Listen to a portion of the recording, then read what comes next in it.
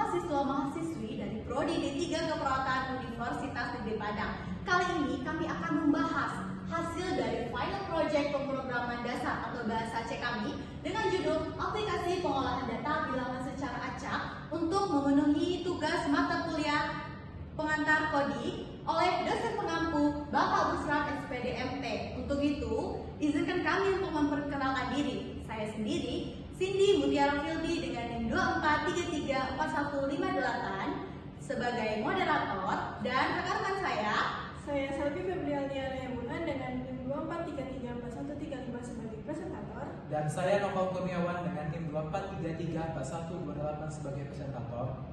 Baiklah teman-teman semuanya, langsung saja kita ke pembahasan. Nah rekan-rekan semuanya, untuk mempersingkat waktu, langsung saja kita ke pembahasannya. Untuk presentator Noval, dipersilahkan. Baik, di sini saya Noval Kurniawan akan menjelaskan mengenai yang pertama yaitu latar belakang. Yang pertama, pengolahan data merupakan bagian penting dalam analisis, statistik, dan sistem informasi. Yang kedua, dalam pemrograman, data numerik sering perlu diurutkan dan dianalisis untuk memperoleh informasi penting. Yang ketiga, bahasa C menyediakan dasar kuat untuk memahami logika pengolahan data dengan pendekatan modular programming. Yang keempat, oleh karena itu, kami membuat aplikasi pengolahan data bilangan secara acak untuk melatih kemampuan algoritmik dan logika dasar. Next. Selanjutnya, tujuan dari proyek kami yang pertama, membuat program pengolahan data bilangan acak minimal 150 data. Yang kedua, menerapkan konsep pemrograman modular agar kode lebih terstruktur. Yang ketiga, menampilkan berbagai hasil analisis data seperti sorting, yaitu besar ke kecil atau kecil ke besar. Selanjutnya, nilai tertinggi dan terendah, nilai rata-rata, median dan modus, jumlah data yang sama, dan juga kami menghasilkan program yang user friendly dan mudah digunakan. Next. Selanjutnya yaitu fitur utama program. Yang pertama, menghasilkan 150 data bilangan secara acak yang dimulai dari angka 1 sampai 100.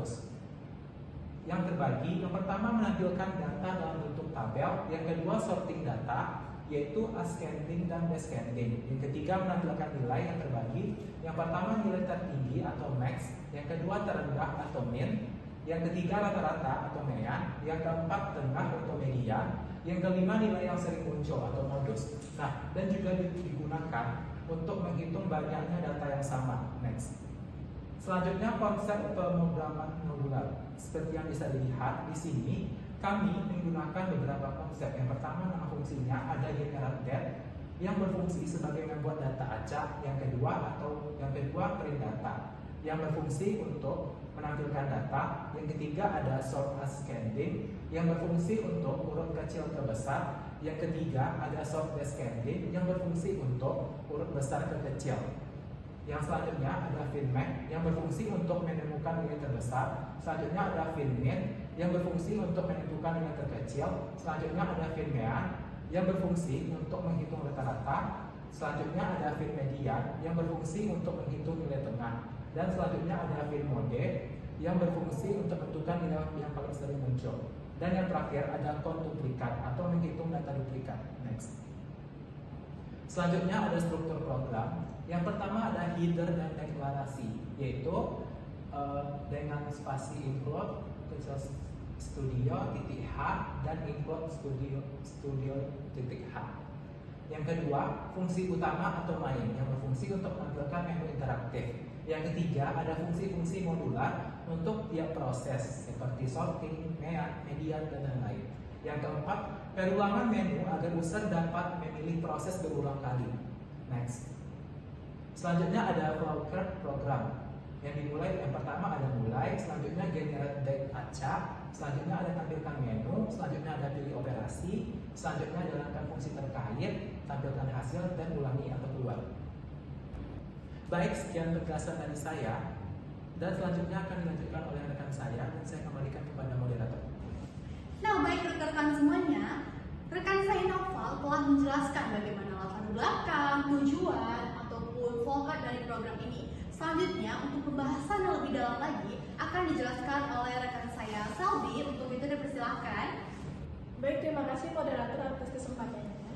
Baik, di sini saya akan melanjutkan penjelasan dari rekan saya tadi. Yang selanjutnya ada hasil program atau contoh outputnya. Yang pertama ada tampilan menu, yaitu tampilkan data, urutkan kecil ke besar, kemudian besar ke kecil. Yang keempat ada nilai tertinggi, nilai terendah, nilai rata-rata, nilai tengah, nilai paling sering muncul, banyaknya data yang sama, kemudian keluar. Contoh hasil, nilai tertinggi yaitu 99, nilai terendah yaitu 22, nilai rata-rata yaitu 49,68, kemudian mediannya 50, modusnya 37, data duplikatnya 67. Kemudian analisis hasil. Program mampu menghasilkan 150 data acak dengan rentang 1 sampai 100.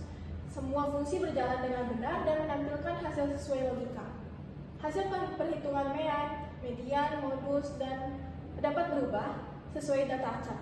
Sorting berfungsi dengan benar, baik ascending maupun descending. Program mudah dijalankan dan interaktif di terminal. Next. Keunggulan program. Yang pertama ada menggunakan konsep modular. Tujuannya untuk mudah dipahami dan diuji. Yang kedua ada user friendly interface. Tujuannya ada tampilan menu sederhana dan interaktif. Kemudian yang ketiga mampu menampilkan hasil analisis data otomatis. Yang terakhir cocok sebagai dasar untuk aplikasi statistik lebih lanjut. Next. Kendala yang dihadapi selama pemrograman yaitu pertama mengurutan data atau sorting, sempat error saat belum menukar variabel dengan benar. Yang kedua ada nilai median, perlu urutan data terlebih dahulu agar hasil akurat. Yang ketiga fungsi modus awalnya tidak efisien karena diperbaiki dengan perulangan ganda. Yang terakhir penataan tampilan data agar rapi di terminal. Sekian penjelasan dari saya kembalikan kepada moderator. Nah, baik rekan-rekan semua.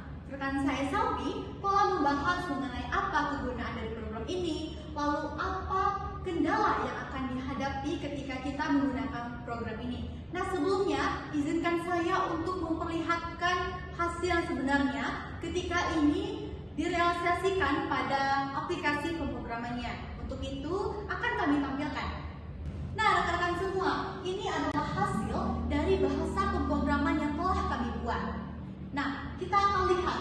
Tolong operator dibuka ya. Nah, ini dia hasil dari aplikasi pengolahan data bilangan acak. Dapat teman-teman lihat ada data awal, hasil pengolahannya, data dari kecil ke besar, data dari besar ke kecil, nilai tertinggi, terendah, rata-rata, nilai tengah, ataupun median, dan nilai paling yang sering muncul. Nah, ini adalah program yang telah berhasil kami buat, teman-teman. Baik teman-teman semuanya, kita sudah tahu apa saja bahasa pemrograman yang kita letakkan di aplikasinya, dan kita juga sudah tahu apa hasil dari bahasa yang telah kita buat. Nah, untuk itu kami menyimpulkan bahwa program ini mampu menghasilkan analisis statistik yang sederhana, yang mana itu memudahkan manusia untuk meminimalisir kesalahan. Untuk itu, kami tutup pembahasan kami pada hari ini, dan saya memanggil rekan-rekan saya. Baik, sekian pembahasan kami hari ini. Jika ada salah kata perkataan hari ini, kami mohon maaf. Sekian dari saya. Wassalamualaikum warahmatullahi wabarakatuh.